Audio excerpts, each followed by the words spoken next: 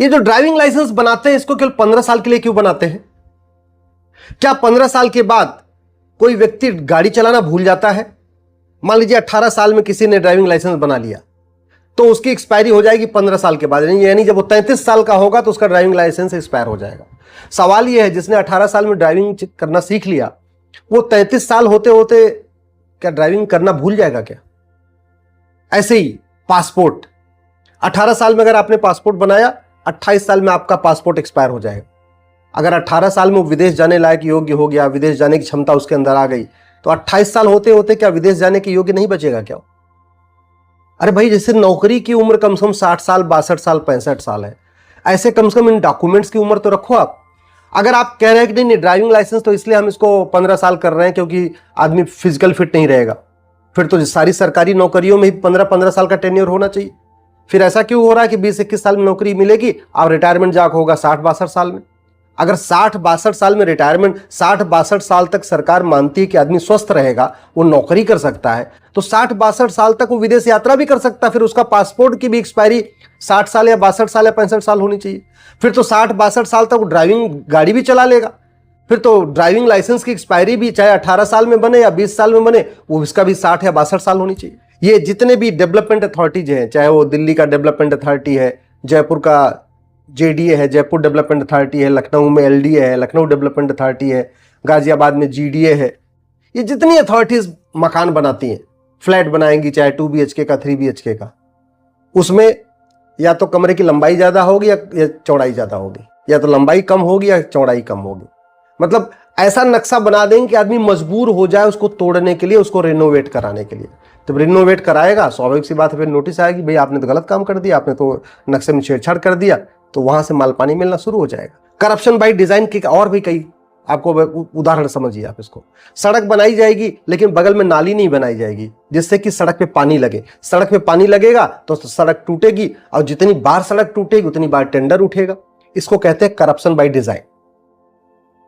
2 लेन की सड़क बनानी है लेकिन पहले 1 लेन की सड़क बनेगी, 1 लेन की सड़क बन जाएगी, एक बार टेंडर हो जाएगा, फिर लोग धरना करेंगे, प्रदर्शन करेंगे, जाम लगेगा, फिर 2 लेन की सड़क बनेगी, फिर दोबारा फिर टेंडर होगा।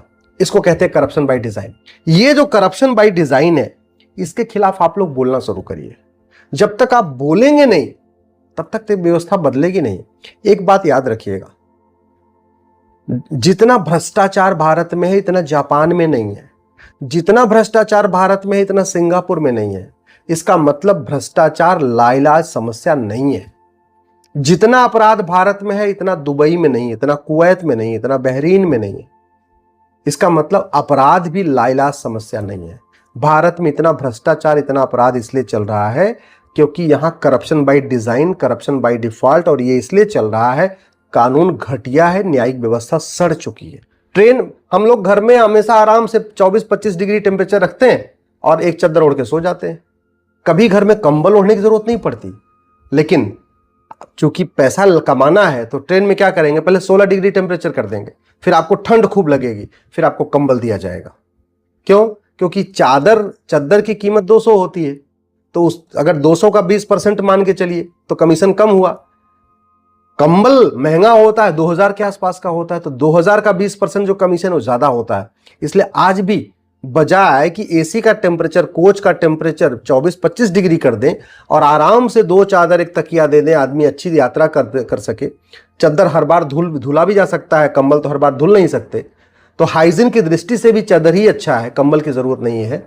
और वैसे भी देखिए तो 16, 17, 18 डिग्री टेम्परेचर करने क्या जरूरत है? 24-25 डिग्री रखिए, कंबल चादर दे दीजिए, चादर आदमी ओढ़ के जाएगा आराम से।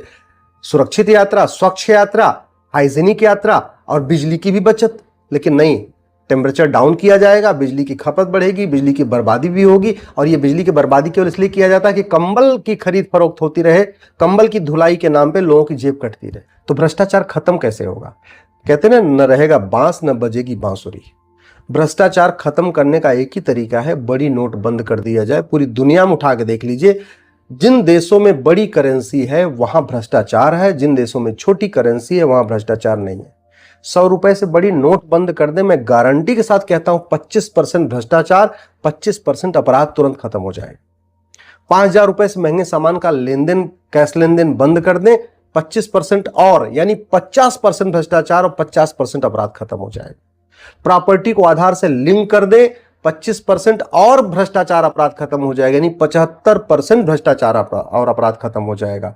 और नार्को पॉलीग्राफ ब्रेन मैपिंग कानून बना दे, भ्रष्टाचार को देशद्रोह घोषित कर दे, भ्रष्टाचार को जघन्य अपराध घोषित कर दे, भ्रष्टाचारियों की 100% प्रॉपर्टी जब्त करने, नागरिकता खत्म करने और 1 साल के अंदर आजीवन कारावास, फांसी देने के लिए कानून बना दे।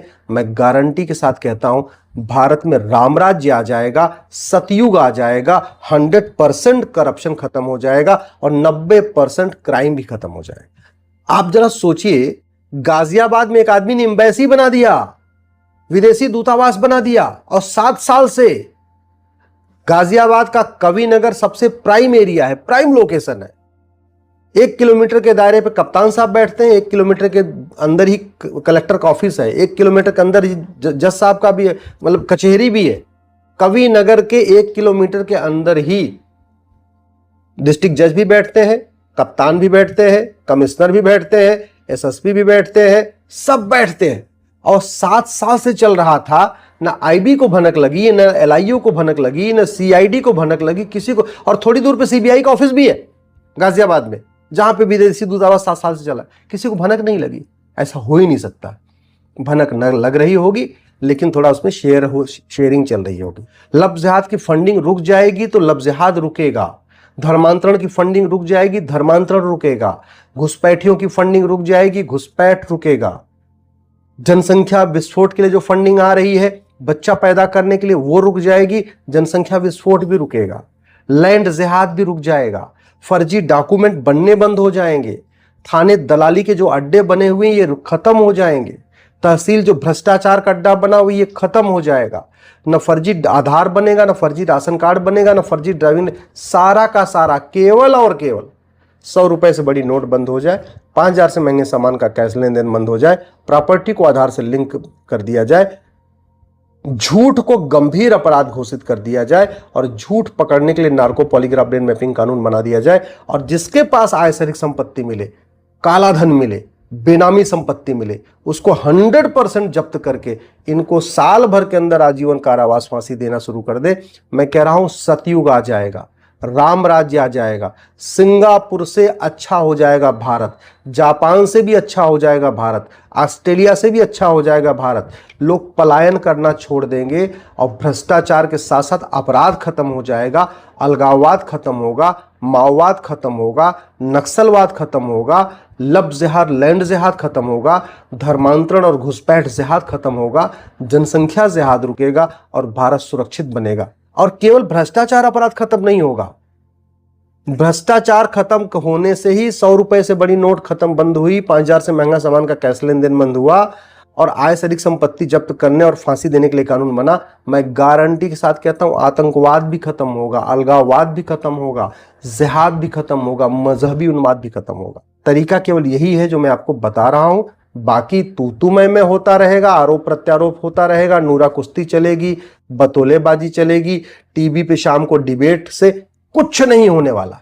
आप खुद भी सोच लीजिए, ये जो कुछ हो रहा है तू में आरोप प्रत्यारोप, नूरा कुश्ती, बतौलेबाजी, तो आप कई सालों से सुन रहे होंगे ना। आप बताइए, रत्ती भर भ्रष्टाचार खत्म हुआ है या रत्ती भर अपराध खत्म हुआ? नहीं। हो सकता है जापान से भी बढ़िया भारत बन सकता है, सिंगापुर से बढ़िया भारत बन सकता है, लेकिन नियम कानून बनाना पड़ेगा। भाषणबाजी और तू मैं करने से कुछ नहीं होगा।